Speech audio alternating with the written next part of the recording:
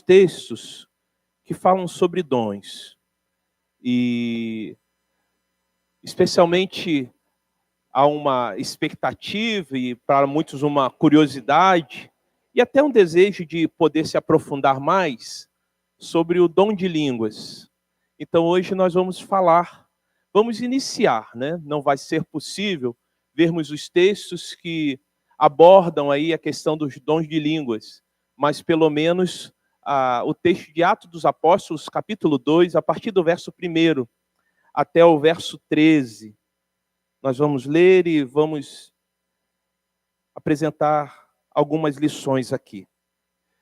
Então, quando você abre aí, Atos capítulo 2, a partir do verso 1, a gente vai ler até o verso 13. Só lembrando o que nós vimos na quarta passada. Então, na quarta passada, nós falamos, então, da diferença de dom do Espírito Santo para dons do Espírito Santo. Então, dos charis, da graça, do dom, e dos os charismata. Também falamos que há possibilidade de termos duas categorias de dons: os dons de manifestação e os dons de motivação.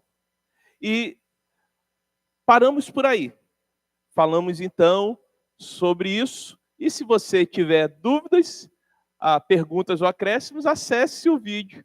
O corte, agora a gente está conseguindo fazer os cortes da semana passada. E aí você vendo e tendo ainda alguma questão, sinalize para a gente através das nossas redes aí, sociais, e assim que chegar até mim, eu vou poder retornar aos irmãos tentando responder. E aos queridos que aqui estão, da mesma forma. Mas hoje, especificamente, vamos ver a questão do dom de línguas. E vamos usar um texto que eu já disse para os irmãos, que ele é um bom referencial para entendermos a questão de dom de línguas. Está assim, então, registrado em Atos dos Apóstolos, capítulo 2. Diz assim: ao cumprir-se o dia de Pentecostes, estavam todos reunidos no mesmo lugar. De repente, veio do céu o som como de um vento impetuoso, e encheu toda a casa onde estavam assentados. E apareceram, distribuídas entre eles, línguas como de fogo. Aí volte o primeiro slide, por favor, Ronaldo, para a gente. Por isso que eu botei aquela imagem lá. Línguas como de fogo. E pousou uma sobre cada um deles. Aí o verso 4, que é um verso que, ao destacar esse texto, eu entendo que ele tem uma importância aí.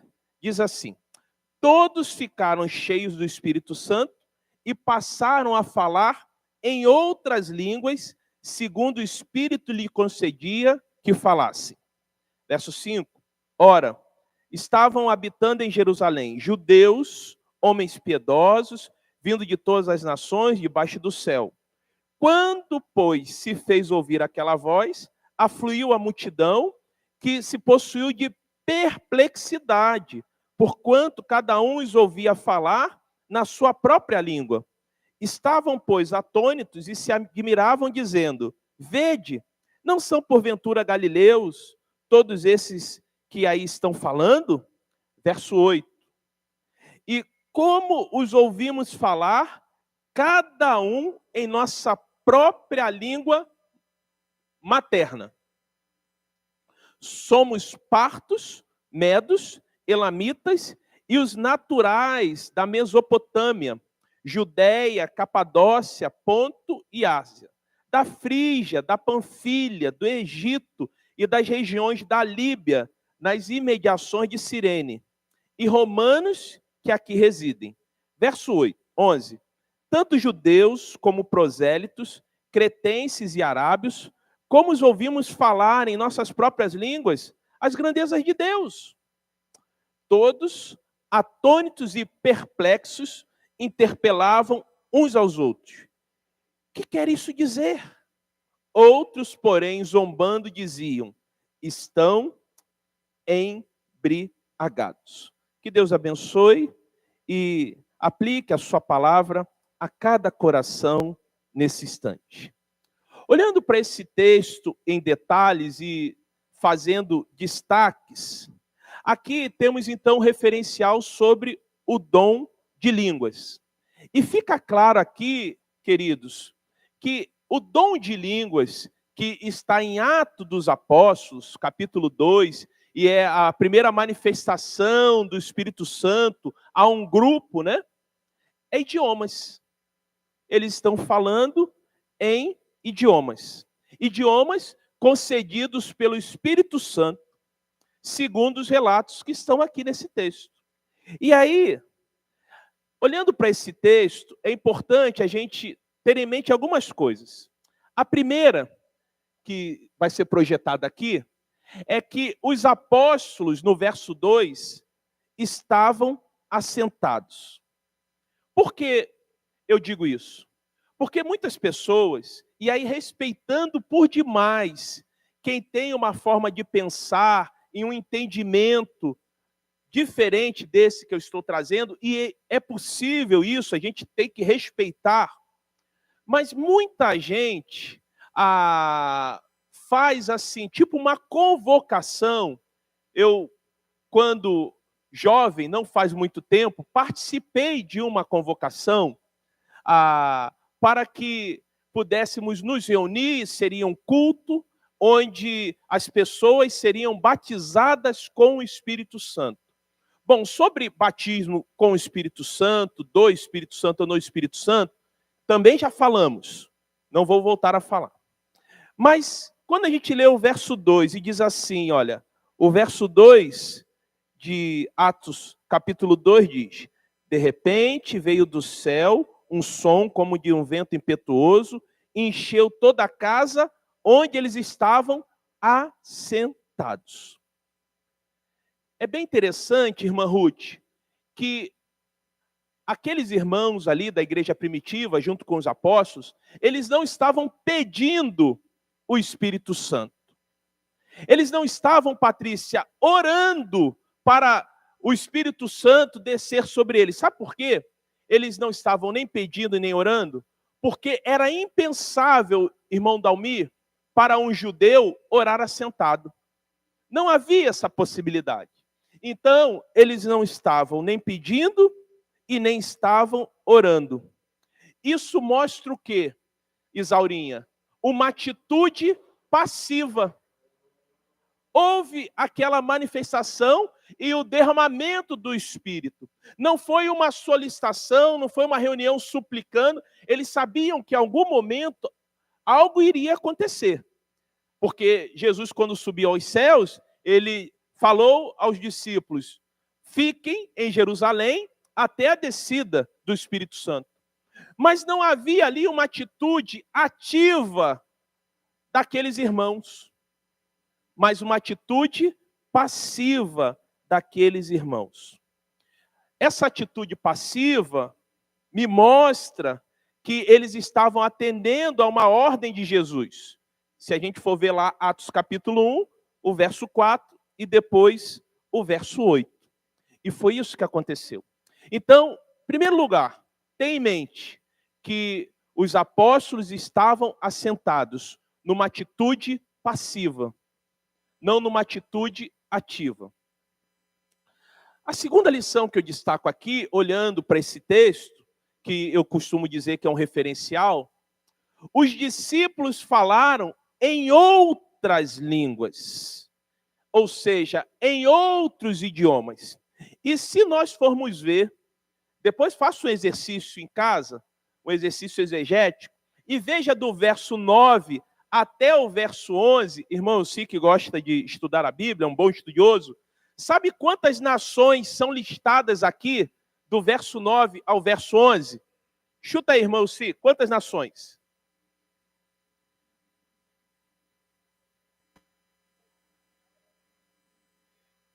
Muitas nações, mas eu não diria que foram todas. Mas sabe quantas nações? 13 nações. 13 nações. 13 idiomas. Vou chegar, irmão, sendo falado ali por aquele grupo de pessoas, por aquele grupo de irmãos que estavam ali, e os de fora, tem em mente isso, os incrédulos começaram a ouvir. E o texto diz, em sua própria língua materna. Mais ou menos 13 nações que são citadas aí. Então, eles ouviram outros idiomas. Fala, irmão Si.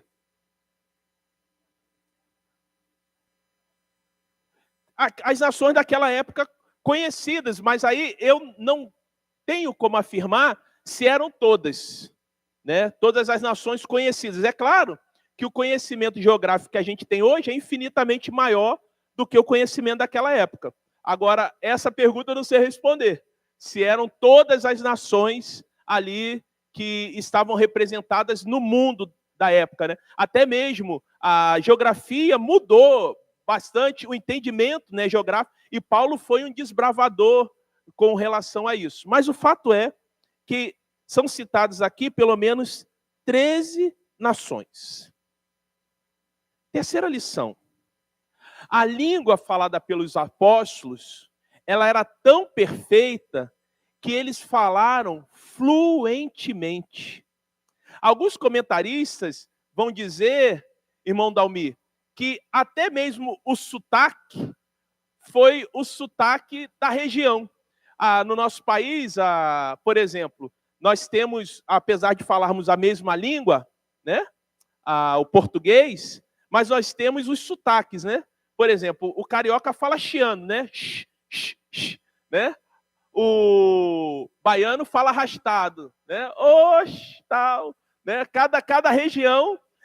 Alguns comentaristas ali vão dizer que e quem estuda um idioma sabe que uma das coisas mais desafiadoras não é apenas falar a língua, mas falar fluentemente como nativo.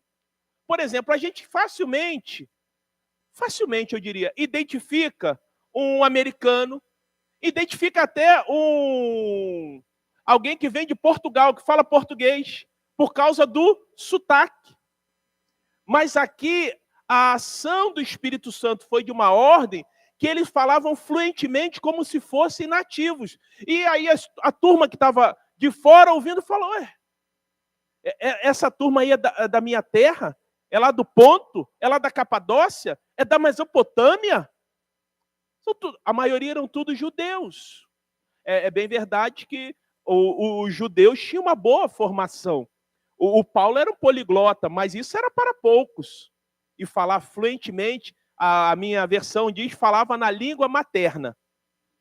Então é uma outra ação também do Espírito Santo. Isso mostra, irmãos, que quando o Espírito Santo age, ele não deixa dúvidas e age na sua magnificência, na sua plenitude, né? Então, capacitando aquelas pessoas para falar a língua materna daqueles que estavam do lado de fora. Dúvidas, perguntas, acréscimos?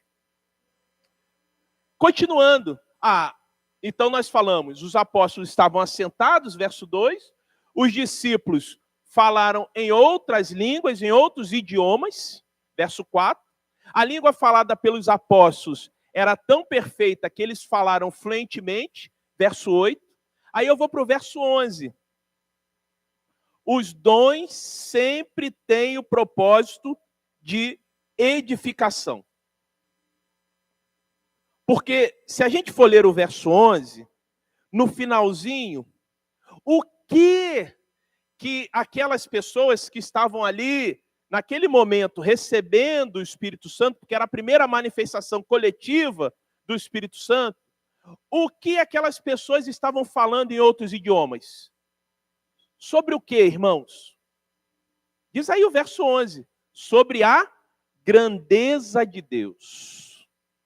Não estavam falando sobre si. Não estavam falando da vida do outro. Estavam falando sobre a grandeza de Deus. Diz lá o verso 11. Tanto judeus como prosélitos, cretenses e arábios, como ouvimos falar em nossas próprias línguas, as grandezas de Deus. Como nós ouvimos falar das grandezas de Deus, sendo faladas por aqueles homens e mulheres ali, pessoas simples, Pessoas como o apóstolo Pedro, que não tinham uma formação como o apóstolo Paulo. Porque aqui, irmã Neide, estava se cumprindo uma profecia. Nós já falamos sobre ela, mas nós vamos reforçar novamente. Isaías 28, 11. Veja lá. Aqui era um cumprimento de uma profecia.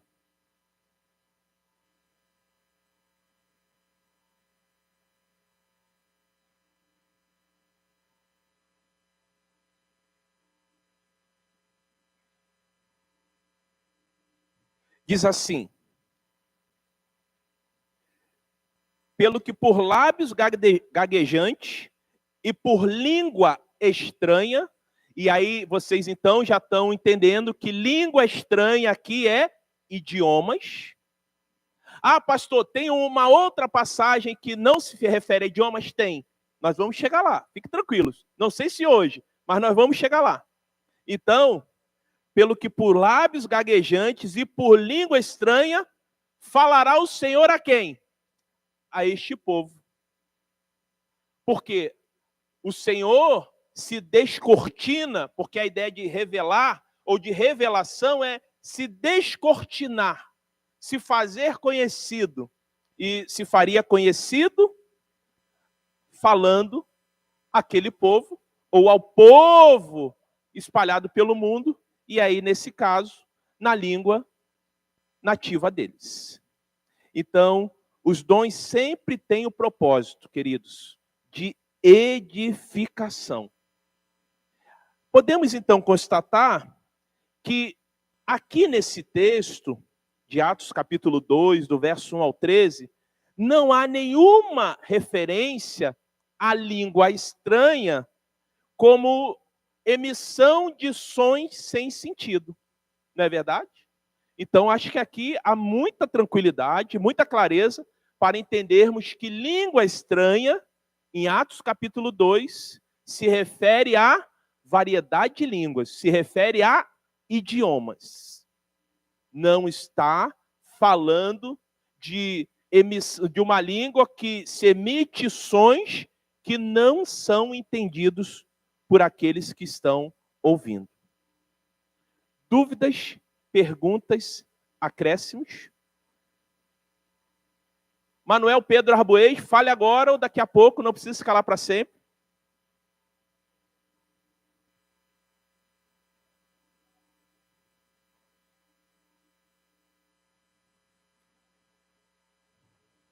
Sim, a ideia de ativo, Pedro, é porque, como eu já te disse, às vezes, eu não diria que é muito comum, mas como eu compartilhei da minha experiência, e às vezes, por exemplo, se faz uma convocação, a grande noite de avivamento, esse culto vai acontecer um avivamento, e tal, e tal. Mas quem somos nós para determinar que o avivamento vai acontecer naquele local, naquele culto, naquela hora? É nesse sentido. Não somos nós que determinamos. Ah, não, venha que você vai ser batizado com o Espírito Santo. Que aí entra uma questão que eu vou falar agora, que é o dom de línguas. Será que o dom de línguas é um sinal do batismo com o Espírito Santo? Porque eu vou falar sobre isso agora. Vou adentrar esse tema. Então, é nesse sentido que a gente percebe nesse texto que, pelo menos para mim, é um referencial sobre dom de línguas, que é uma atitude passiva. Porque a gente já viu outros textos que quem dá os dons, quem dá os charismata, é o Espírito Santo. Então você marcar uma data, um culto, um horário para que aquilo aconteça, você entra numa atitude ativa, não numa atitude passiva. É nesse sentido. Por isso que no verso 2, a gente vê uma atitude passiva. Eles estavam assentados, não estavam orando, não tinham marcado, eles estavam esperando o cumprimento da promessa, da descida do Espírito Santo. E outra promessa, outra profecia também se cumprindo, Isaías 28, 11. Que o Senhor falaria a outras pessoas, a outros povos, através de idiomas, da língua estranha. Foi o que nós acabamos de ler, Isaías 28, verso 11. Tem a pergunta: será o dom de línguas um sinal do batismo do Espírito Santo?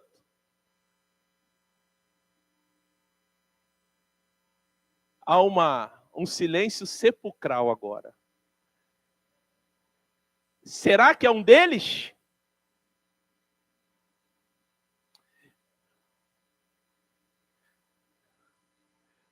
Porque se a gente trilhar por esse caminho, então aqueles irmãos que ainda não falaram em outros idiomas não foram batizados com o Espírito Santo? Então, vou repetir a pergunta. Vai lá, passa mais um aí, Caio. O dom de línguas é um sinal do batismo do Espírito Santo?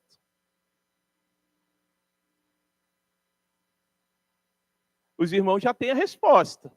Eu vou caminhar mais um pouquinho só para apresentar as evidências aí dessa resposta que saiu do lábio de muitos aqui. Por quê, queridos? Nós já falamos que todo salvo, ele é batizado com o Espírito Santo. Todo salvo, ele recebeu o dom do Espírito Santo. Todo salvo foi derramado sobre ele o Espírito Santo. Agora, com relação às línguas como sinal do batismo do Espírito Santo, vamos ver a explicação que o apóstolo Paulo dá lá em 1 Coríntios, capítulo 14. Irmão, se o irmão tem alguma pergunta? Ou a gente caminha?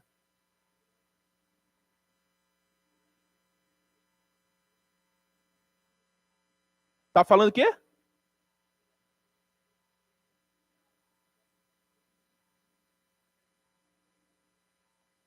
Sim, então. E aí os judeus, mas os que estavam lá fora, começaram a ouvir em suas próprias línguas. E aí já começa a entender que o dom de línguas não é para o crédulo, é para o incrédulo. E com o objetivo de edificação e da falar das grandezas de Deus, não é para falar de si. Entendeu? Então, por exemplo, é como se tivesse uma reunião aqui, nós reunidos, no pátio ali da igreja, e daqui a pouco começássemos a falar, um em árabe, outro em japonês, outro em chinês, e passasse um fluxo de pessoas ali e falasse: essa turma aí está falando a minha língua nativa. E alguns que eram de outra língua falar: essa turma tomou um goró, está todo mundo embriagado. Né? Porque o chinês entendia o que estava sendo falado, o mandarim. Né? O americano entendia que alguém estava falando inglês. Mas aí, se tivesse talvez um português, estava ouvindo na língua de Portugal, mas não ouvia as outras, falava, não entendia as outras, falou: essa turma tomou uma aí, tomou um goró. Porque é isso que diz, alguns disseram que eles estavam como que embriagados. Mas essa leitura registrada por Lucas é dos que estão fora, não é dos que estão dentro. Quando a gente lê o texto, a gente fica claro isso. Entendeu? Que estavam fora.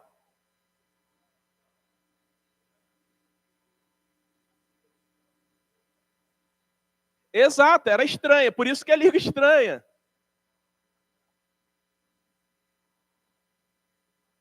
Exatamente. E das grandezas de Deus. Acho que é importante reforçar isso. Irmão Dalmir? O dom materializa o milagre? De alguma forma, tendo a entender que sim, do dom torna aquilo perceptível, né? Então, porque qual o conceito que a gente tem de milagre? É algo que está no campo do extraordinário, do campo do sobrenatural, porque tem o natural que é aquilo que compete a nós, e o sobrenatural é aquilo que está além de nós. Poderíamos classificar que sim. Nesse momento aqui, os dons de línguas se tornam a materialização do milagre, principalmente que é algo muito perceptível, né? Que as pessoas estavam ouvindo. Sim, sim. Vamos lá. 1 Coríntios, capítulo 14, verso 21 e verso 22. Diz assim: na lei está escrito: falarei a este povo por homens de outras línguas e por lábios de outros povos, e nem assim me ouvirão, diz o Senhor. De sorte que as línguas constituem um sinal para quem? Um sinal não para os fiéis ou os crentes, mas para os infiéis ou os incrédulos. Por isso, irmão, eu sei que eu estou fazendo questão de dizer o seguinte: a manifestação de línguas, agora a gente já está pulando para o texto de Paulo, é para os de fora, não é para os de dentro. Aí continua, mas a profecia não é para os incrédulos, e sim para os que creem. E é claro, irmãos, a gente vai ver depois esse texto com mais detalhes e todo o contexto a qual Paulo escreve esse texto. Se der tempo, a gente vai falar sobre algumas características da igreja de Corinto que eram lamentáveis. Porque Paulo aqui, a irmã Silene, ele está chamando a atenção dos irmãos que estavam na comunidade de Corinto. Que ali já começa a haver uma confusão. Ali, línguas estranhas, já aparecem sons emitidos sem que ninguém entendesse. Já começa a ter uma questão aqui estranha. Ou melhor, de difícil a compreensão. Aí, primeiro aqui, olhando para esse texto, Paulo, mais uma vez, está se referindo ao cumprimento da profecia, que nós já acabamos de ler, Isaías 28, 11. E a segunda, irmão Elci, é que as línguas foram um sinal para os incrédulos e não para os crentes. Os idiomas ali, em Atos, foram um sinal para os incrédulos e não para os crentes. Eu acho que agora a gente já tem condições de responder aquela pergunta. Dom de línguas é um sinal do batismo do Espírito Santo? Não. Qual é o sinal, então, Pedro, de alguém que foi batizado com o Espírito Santo? Sim. Não, eu não tô, não vamos falar da língua dos anjos agora, que senão vai complicar. A gente vai chegar lá.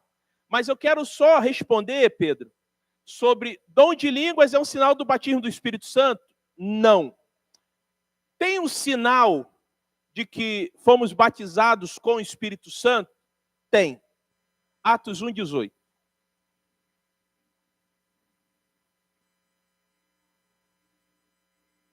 Eu até falei sobre isso domingo passado no culto da manhã.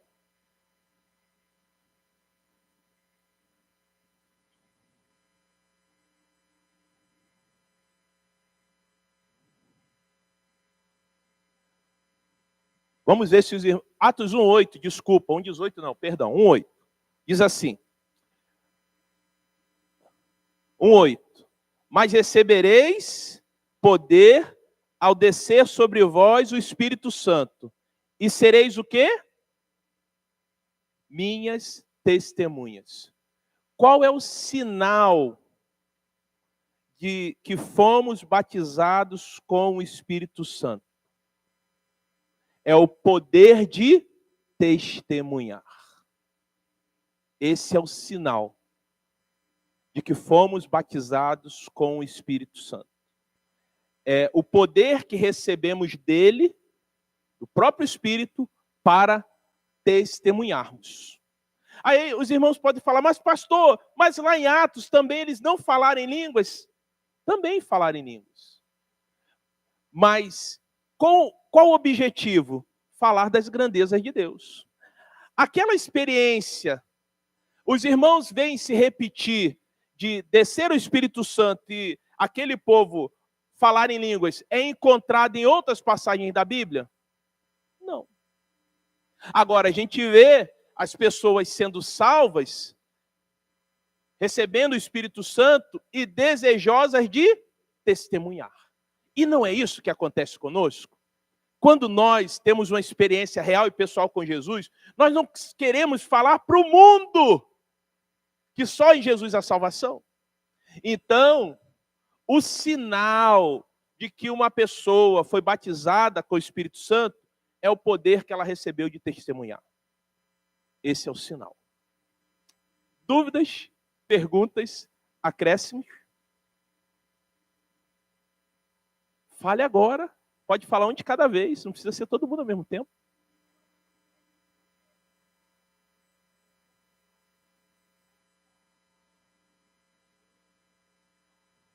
Também, porque é o Espírito Santo que nos ilumina, né? Exato. Também. Mas a marca evidente, olhando para o texto de Atos 2, foi o poder. Tanto é, irmã Silene, que aquela turma, mesmo sendo perseguida, eles deixaram de testemunhar. Mesmo morrendo, quantos não morreram nas arenas? Quantos não morreram queimados?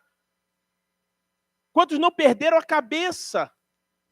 Mas estavam cheios de ousadia, dadas pelo Espírito Santo. Então esse é o sinal. É o poder de testemunhar.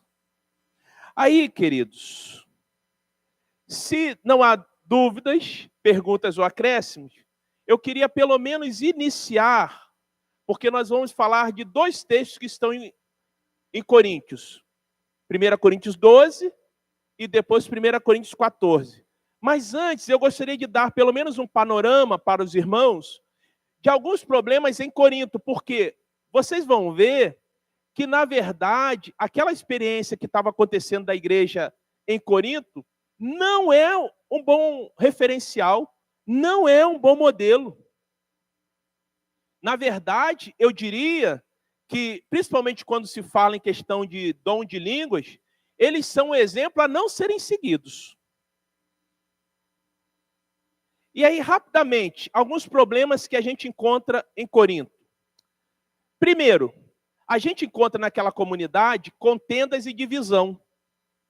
Quando a gente olha lá, 1 Coríntios capítulo 11 e depois capítulo 13, né? A gente vai ver lá, um diz eu sou de Paulo, outro diz eu sou de Apolo, outro diz eu sou de Cefas, outro diz eu sou de Cristo. Então, 4 grupos ali. E é interessante que o apóstolo Paulo investiu um tempo significativo naquela comunidade. Ele que gerou, né, na segunda viagem missionária, junto também com um casal que foi de grande valia para ele, que é Priscila e Áquila. Dos lugares em que Paulo ficou, a comunidade de Corinto foi a segunda que ele ficou mais tempo. A primeira foi na cidade de Éfeso, ele ficou 3 anos. Aqui em Corinto, ele ficou 1 ano e 6 meses. 1 ano e meio. Mas, infelizmente, parece que aqueles irmãos desaprenderam muita coisa que Paulo ensinou. O segundo problema que a gente vai encontrar lá naquela comunidade é carnalidade. Eram crentes carnais. Tanto é que Paulo fala, né, do homem natural, do homem carnal e do homem espiritual. Então havia uma carnalidade muito grande. Havia também uma infantilidade. Tanto é que Paulo vai dizer, queridos, eu queria dar para vocês alimento sólido, mas tem que dar leite. Vocês são infantis. Estão infantilizados.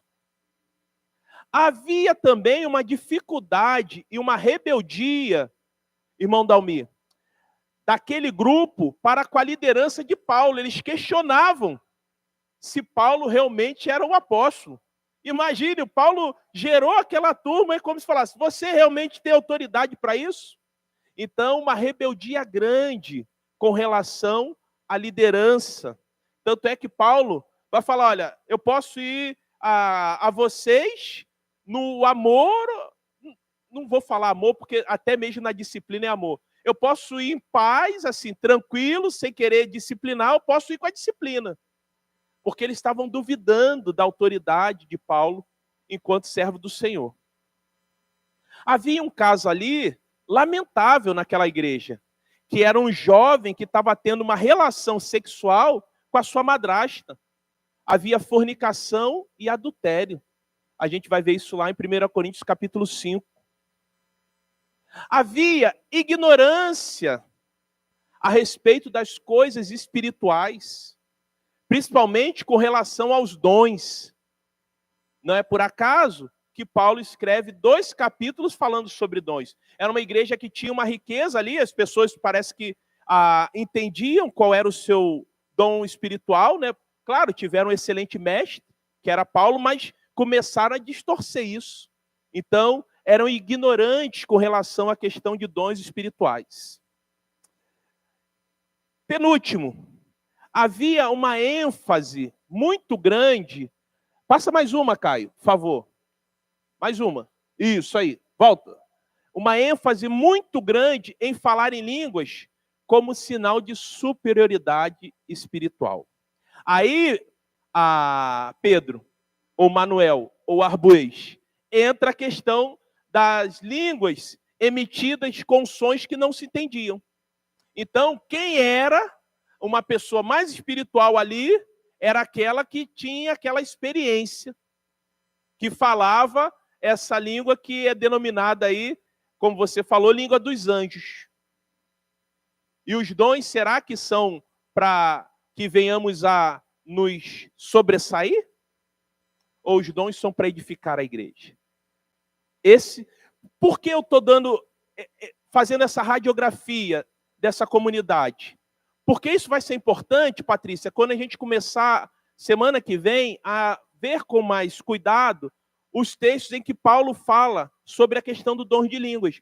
Para que vocês tenham uma ideia, será que essa igreja, diante de todas essas questões, ela é um modelo realmente a ser seguido com relação a muitas coisas dentro do ensinamento cristão?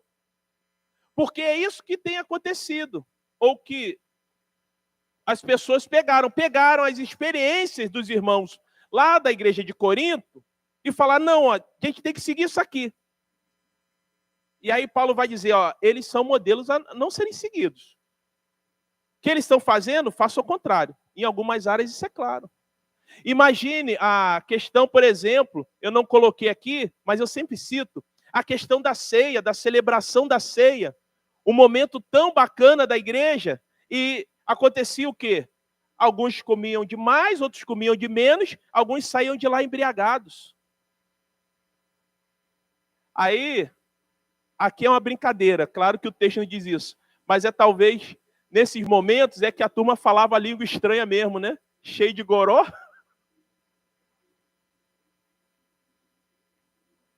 Pois não, Pedro? Espera o carro passar aqui, que eu não estou te ouvindo. Então fala mais alto. Vê se o som do carro de som.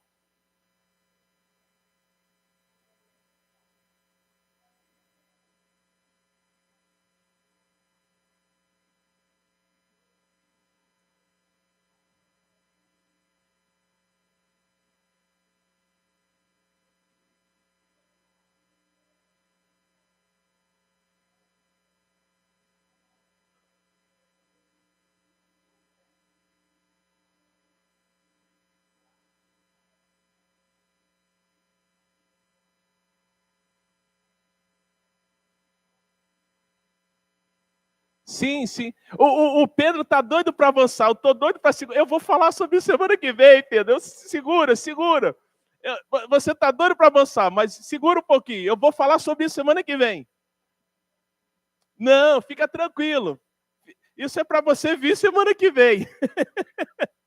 Mas para finalizar esse panorama, esse triste raio-x, essa radiografia dessa comunidade de Corinto, que eu costumo dizer, Pedro, que essa carta foi banhada em lágrimas de tristeza, não foi de alegria. Porque o que Paulo vai rebater, mas vai trabalhar naquela carta, foram informações que chegaram a ele, porque ele não estava lá. E a maioria dos teólogos vão dizer, eu não diria todos, porque eu não estudei todos, que teve uma terceira carta que se perdeu, né? Mas o fato é que quando a gente lê essa carta, imagina a gente relatar aqui que os nossos encontros saem brigas, nos nossos cultos as pessoas umas comem mais, outras apesar que isso não é muito difícil de acontecer, né? Mas vamos para outra parte. Que há um caso de, por exemplo, briga judicial, os irmãos não conseguindo se resolver ali entre eles, né? Tendo que acionar a justiça, né? A questão da imoralidade, da carnalidade, tudo isso de forma muito lamentável. Imagine que referencial seríamos nós. Imagine alguém que, por exemplo, o pastor Tadeu, que trabalhou e enfrentou muitos desafios e alguma oposição, até mesmo para iniciar esse trabalho aqui, ele fica sabendo de como a gente está. Ele ia escrever em lágrimas. Ele fala, poxa, tanta luta, tanta dificuldade, tanta crítica que recebi para que a igreja pudesse estar nessa situação, né? E Paulo aí escrevia. Alguém duvidando da autoridade de Paulo, e eles duvidavam, né? Então, é lamentável. E, por último, eu gostaria de a gente lesse esse texto, e eu vou ler na versão ARA e na versão NVT. Aí, Caio e Ronaldo, eu vou pedir, se possível, para encontrar em 1 Coríntios capítulo 5, verso 6, na NVT, mas não coloque ela agora, não. Eu vou ler na versão da maioria e depois vou ler na nova versão transformadora, para a gente já caminhar para o final, pelo menos hoje. Na maioria das versões, está assim, ó. Não é boa a jactância. Não sabeis que um pouco de fermento leveda a massa toda? Então, o que significa essa ideia de jactância? Talvez não é uma palavra tão utilizada, né, irmã Solange, em nosso dia, né? A irmã Solange está se jactando. Né? Que é isso, né? Irmã Ruth está numa jactância tremenda. É muito jactância para uma pessoa, é muita jactância para uma pessoa só. Mas aí, na nova versão transformadora, traz um melhor entendimento. Não que a palavra jactância esteja errada. E eu vou falar dessa palavra. Vai lá, jovem. 1 Coríntios 5, 6, por favor. Vai lá, pode projetar. Não é nada bom se orgulharem disso. Não percebem que esse pecado é como um pouco de fermento que leveda toda a massa? Então, o que é jactar? O que é jactância? É orgulho. A palavra jactância vem da raiz jactar e vem do latim jactare, que significa lançar frequentemente palavras vaidosas. Isso é jactância. Lançar frequentemente palavras vaidosas. É gabar-se. E é claro, uma pessoa que quer se gabar se acha melhor do que os outros. Se acha mais superior do que os outros. E aí o orgulho, a vaidade estão tudo ligados. Então essa é a ideia de jactância. Então se alguém lhe adjetivar como uma pessoa jactante, fique atento, que não é um bom adjetivo aí, pelo menos para mim. Não vejo como um bom adjetivo ser chamado ou classificado como uma pessoa orgulhosa, vaidosa, que gosta de se gabar. E a ideia é frequentemente. Era isso que acontecia na igreja de Corinto. Eles se gabavam, se achavam melhores uns do que os outros. Fala, irmão Si.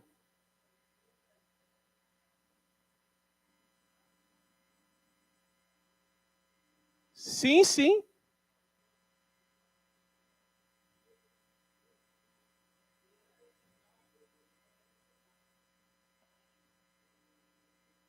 Sim.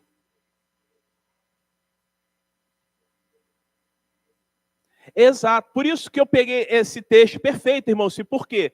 Infelizmente, foi utilizada essa questão, até mesmo distorcida, da questão do dom de línguas, como um elemento superior, porque aí se diz o seguinte, você não foi batizado ainda com o Espírito Santo, você não tem como assumir um cargo de ministério. Porque entra na questão parecida. Por isso que repetir o caminho dos coríntios é um caminho perigoso, porque justamente os coríntios, em muitas áreas, eu não diria todas, mas em quase todas, é um modelo a não ser seguido. E justamente essa questão dessa manifestação extraordinária é que coloca alguns num patamar e outros no outro patamar. Por isso que eu fiz questão, irmão Cid, de trazer um outro problema que havia naquela comunidade, que era a tal da jactância. Pessoas frequentemente se gabando, se achando melhores que os outros. Por quê? Ah, não, eu falo em línguas. Você não fala, então você está no outro patamar, no outro nível. Pelo menos até aqui, irmãos, porque aí, semana que vem, Pedro, nós vamos começar vendo dom de línguas em 1 Coríntios capítulo 12. E aí, só para antecipar, dom de línguas como idiomas, isso vai ficar claro semana que vem. E vamos pegar um outro evento que o Pedro também citou, que é em 1 Coríntios capítulo 14. Que ali entra o que algumas pessoas denominam língua dos anjos. Mas se a gente for analisar até nessa classificação, se o anjo é espírito, como é que anjo vai ouvir? Mas ali é um modelo a não ser seguido. Já antecipo. Mas aí nós vamos falar. E lembre-se, Paulo usa de ironia. Paulo, em alguns momentos, ele fala, vocês querem isso? Então, busquem os melhores dons. E a gente falou da ideia de melhores dons. Já falamos no primeiro encontro, no estudo 1. Está lá no corte, lá no nosso canal do YouTube. Mas alguma dúvida, alguma pergunta ou acréscimo diante do que vimos até agora? Sobre dom de línguas, em Atos capítulo 2. Sobre o sinal do batismo do Espírito Santo, que não é dom de línguas, mas sim o poder para testemunhar do Evangelho, e uma radiografia da comunidade de Corinto. O modelo a não ser seguido. Fale, Pedro. Fale agora ou semana que vem? Hã?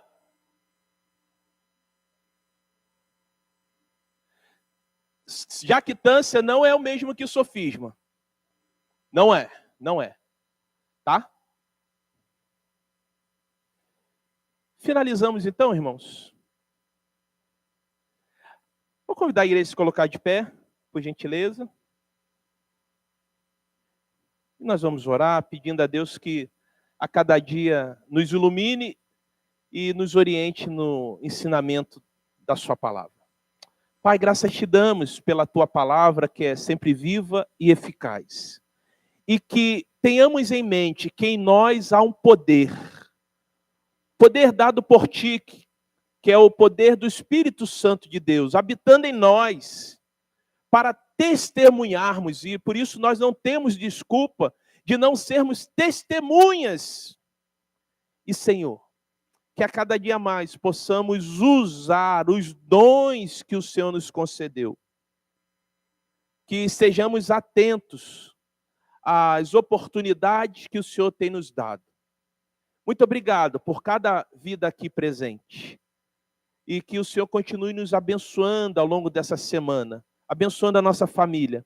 E que venhamos a testemunhar que somente em Jesus há salvação. É o que eu lhe peço. E já lhe agradeço por tudo. Em nome de Jesus. Amém e amém. Pode se assentar, querido, querida.